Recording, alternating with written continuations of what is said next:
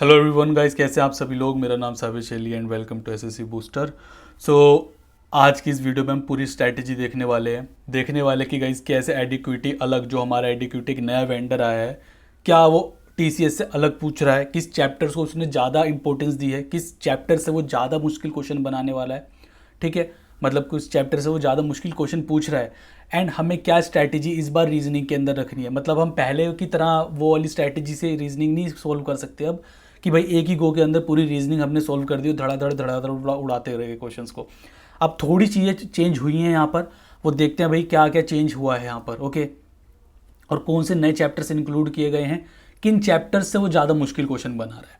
Okay, so guys देखो, अगर हम बात करें एडिक्विटी वर्सेस टीसीएस की, तो टीसीएस मेन जो हमारे क्वेश्चंस बनाता था उन चैप्टर से बनाता था।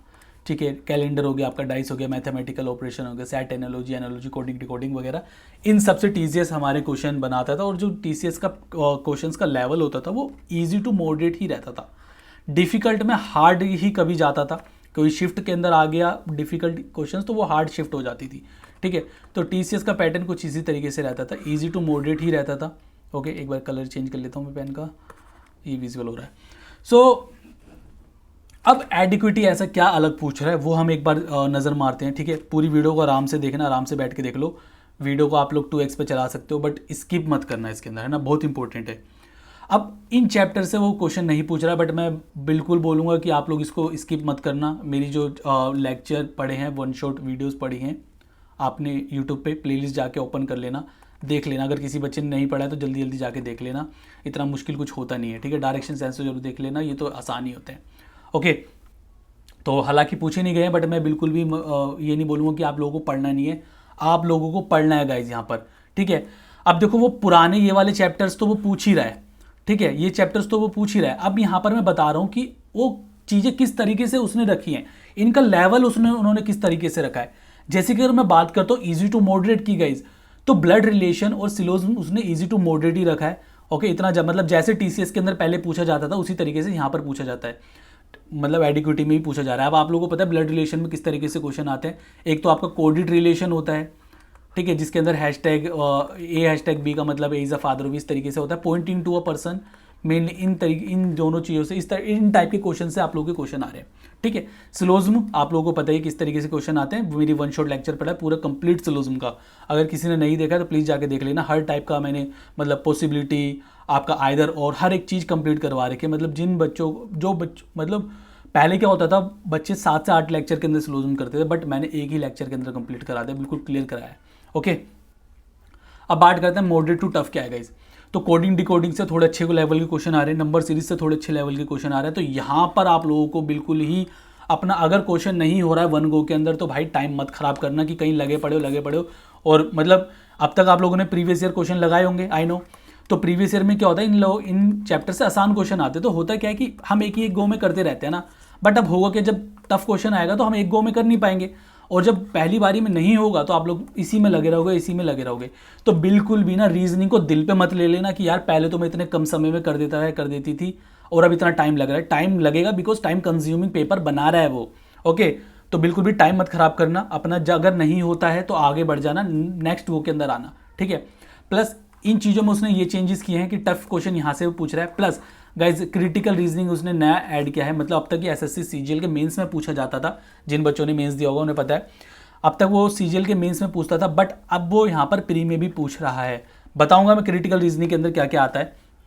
उससे पहले हम आगे बढ़ते हैं कि क्रिटिकल रीजनिंग से कितने कितने क्वेश्चन पूछे जा रहे हैं। तो सबसे ज़्यादा जो वेटेज है ना वो क्रिटिकल रीजनिंग की है। अगर मैं 50 के अंदर बात करूँ ना, तो क्रिटिकल रीजनिंग के अंदर 7 से 8 क्वेश्चन आप लोगों से पूछ सकता है गाइज वो, मतलब अजम्पशन, कंक्लूजन, बहुत सारी चीज़ें क्रिटिकल रीजनिंग के अंदर आती हैं। तो 7 से 8 क्वेश्चन आप लोगों की क्रिटिकल रीजनिंग के आ सकते हैं। अगर मैं बात करूँ सिलोज्म, वेन डायग्राम और ब्लड रिलेशन, इनको मिला के 4 से 5 क्वेश्चन आ जाएंगे इन तीनों टॉपिक को मिला के। ठीक है, तो और ये वैसे भी इजी ही रहेगा। अगर मैं मॉडरेट की बात करूँ तो जो आपको पता है लॉजिकल ऑर्डर ऑफ वर्ड्स वगैरह, वर्ड एनालॉजी, इसके भी आप लोगों के 4 से 5 क्वेश्चन ही रहेंगे। ओके, 4 से 5 क्वेश्चन इसके भी वर्ड एनालॉजी के रहेंगे आप लोगों के, मतलब मॉडरेट टाइप के क्वेश्चन है, तो आप लोगों को ये देख लेना है। डिफिकल्ट आप लोगों का गाइज आ रहा है कोडिंग डिकोडिंग इन नंबर सीरीज। ठीक है, number series and coding decoding तो बिल्कुल ही टाइम मत खराब करना, अगर फर्स्ट गो में हो रहा है तो ठीक है, नहीं तो आगे बढ़ जाना, बाद में करना है इसको अटैम्प्ट। ठीक है, अभी मैं बताऊंगा किस तरीके से आप लोगों को चीज़ अटैम्प्ट करनी है। तो 5 से 6 क्वेश्चन आप लोगों के नंबर सीरीज और कोडिंग डिकोडिंग के आ रहे हैं गाइस। ओके, ये एक ओवरव्यू है मोटा मोटा, इससे आप लोगों को पता चल गया होगा कि किस चैप्टर को बहुत ज़्यादा तवज्जो दे रहा है ना, किस चैप्टर से मुश्किल क्वेश्चन पूछ रहा है। देन गाइज अगर हम बात करते हैं क्रिटिकल रीजनिंग के टॉपिक्स की, तो आप लोगों का स्टेटमेंट एंड कंक्लूजन होता है, स्टेटमेंट एंड इंटरफेरेंस होता है, स्टेटमेंट एंड अजम्पशन होता है, आर्ग्यूमेंट होता है, कोर्स ऑफ एक्शन होता है। एसएससी इन चैप्टर से आप लोगों के क्वेश्चंस बनाता है। ओके, तो इन चैप्टर्स को आप लोगों को देखना है। अब आप लोग करोगे कहाँ से ये चैप्टर्स? अब तक तो आप लोगों ने पढ़े नहीं होंगे, बिकॉज प्री के अंदर ये सब आता ही नहीं है, तो पढ़ोगे कहाँ से? तो मैं भी आप लोगों को बताऊंगा कि क्या करना है इसके लिए हमको। ठीक है, स्ट्रैटेजी क्या रहने वाली है गाइज हमारी। ओके, स्ट्रैटेजी क्या रहेगी? तो पेपर जो हम पहले राउंड के अंदर होता था कि रीजनिंग हम फर्स्ट राउंड के अंदर ही, फर्स्ट गो के अंदर ही अटैम्प्ट कर लेते थे। ठीक है, एक ही राउंड के अंदर अटैम्प्ट कर लेते, बट अब नहीं करना। आप लोगों को complete paper guys, complete paper 3 round के अंदर अटैम्प्ट करना है। मतलब कैसे? इजी सब फर्स्ट राउंड के अंदर अटैम्प्ट कर लीजिए। ठीक है, इजी सारे फर्स्ट गो के अंदर अटैम्प्ट कर लिए। मतलब जैसे कि रीजनिंग से, लेट से आप लोगों ने रीजनिंग से स्टार्ट किया। ओके, और बिल्कुल भी चीज़ों को ना ईगो पे नहीं लेना भाई, प्लीज़ मत लेना ईगो पे। ईगो पे लोगे कि वहाँ तो पहले मैं तो इतनी जल्दी जल्दी कर लेता था, अब ये क्यों नहीं हो रही, मुझसे क्यों नहीं हो रही है सब चीज़ें।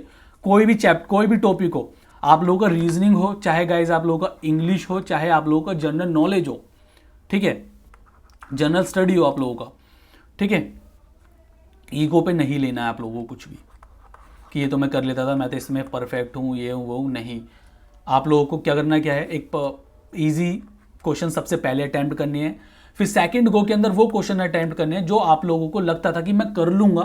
ठीक है, बट अभी मुझसे कि मुझे लगता है कि मैं कर लूँगा, बट अभी थोड़ा कैलकुलेशन के अंदर थोड़ी इसमें लगेगा कि यार कैलकुलेशन वाला टाइम कंज्यूमिंग है, तो सेकंड गो के अंदर वो करना है, थर्ड गो के अंदर वो करना है जो आप लोगों को डिफिकल्ट लगते हैं। ठीक है, ठीक है, जैसे कि आप लोगों ने यहाँ से फॉर एग्जांपल इंग्लिश से स्टार्ट किया गया है ना, इंग्लिश से स्टार्ट के लास्ट में आप लोगों की रीजनिंग है, बीच में जनरल स्टडी है, लास्ट में आप लोगों की रीजनिंग है। तो इजी सारे अटैम्प्ट कर लिए, इजी सारे अटैम्प्ट कर लिए, एंड इजी सारे अटैम्प्ट कर लिए। अब आप लोग यहाँ से आप लोग को खुद का पैटर्न हो सकता है कि आप लोग पहले इजी इंग्लिश अटैम्प्ट करते हो, पहले आप लोग रीजनिंग अटैम्प्ट करते हो, पहले आप लोग या फिर जीएस अटैम्प्ट करते हो। कुछ भी अटैम्प्ट पहले करो, फर्क नहीं पड़ता, बट आप लोगों को 3 गो के अंदर अपना एग्जाम देना है। ठीक है, पहले इजी वाले करने हैं, फिर आप लोगों को मॉडरेट वाले करने हैं जो कि आप लोग कर सकते हो बट थोड़ा टाइम कंज्यूमिंग है, फिर आप लोगों को डिफिकल्ट वाले करने हैं। ठीक है, टाइम सेव करना है आप लोगों को, बिकॉज डिफिकल्ट क्वेश्चन पूछे जा रहे हैं। ओके, तो यह स्ट्रैटेजी रखनी है, इजी क्वेश्चन पहले अटैम्प्ट करने हैं। ओके, सो अब क्या, अब हम चैनल एग्जाम से पहले आप लोगों का एग्जाम आने वाला है स्टेनो का, तो उससे पहले हम क्या करने वाले हैं, देखो लगभग सारे चैप्टर हमने जिस चैनल पे कर रखे हैं, अब क्रिटिकल रीजनिंग हमने नहीं करी है। ठीक है, क्रिटिकल रीजनिंग का आप लोगों को रहेगा कि सर ऐसा कुछ मिल जाए कि जिससे कि हमारा जल्दी से जल्दी क्रिटिकल रीजनिंग कंप्लीट हो जाए। तो गाइज 1 शॉट लेक्चर्स है ना, 1 शॉट लेक्चर मैं आप लोगों को क्रिटिकल रीजनिंग के इसी चैनल पे दूंगा। ओके, कल संडे है, कल से आप लोगों के लेक्चर आने लग जाएंगे 1 शॉट। ओके, सो 1 शॉट लेक्चर आप लोगों के क्रिटिकल रीजनिंग के मैं कल से आप लोगों को अटैम्प्ट मतलब अपलोड करने लग जाऊंगा, तो वो आप लोग देख के चले जाइएगा एग्जाम से। ठीक है, बाकी मॉक वगैरह लगाते रहिए, न्यू पैटर्न पे बेस्ड जो भी आप लोगों के मॉक्स हैं वो प्लीज़ लगाइएगा। ओके, ठीक है, बाकी अब नेक्स्ट वीडियो के अंदर मिलेंगे जिसके अंदर हम अपना क्रिटिकल रीजनिंग वाला पार्ट कवर करेंगे। ठीक है, तब तक के लिए अगर कुछ भी डाउट हो आप लोग कमेंट में बता सकते हो कि सर इस चीज़ पर इस टॉपिक पे आप लोग वीडियो बना दो, तो उस टॉपिक को मैं कंसिडर करूँगा। ठीक है, अपनी राय कमेंट में जरूर बताना है। तब तक के नेक्स्ट वीडियो में मिलता हूँ, तब तक के लिए tata bye bye, take care guys.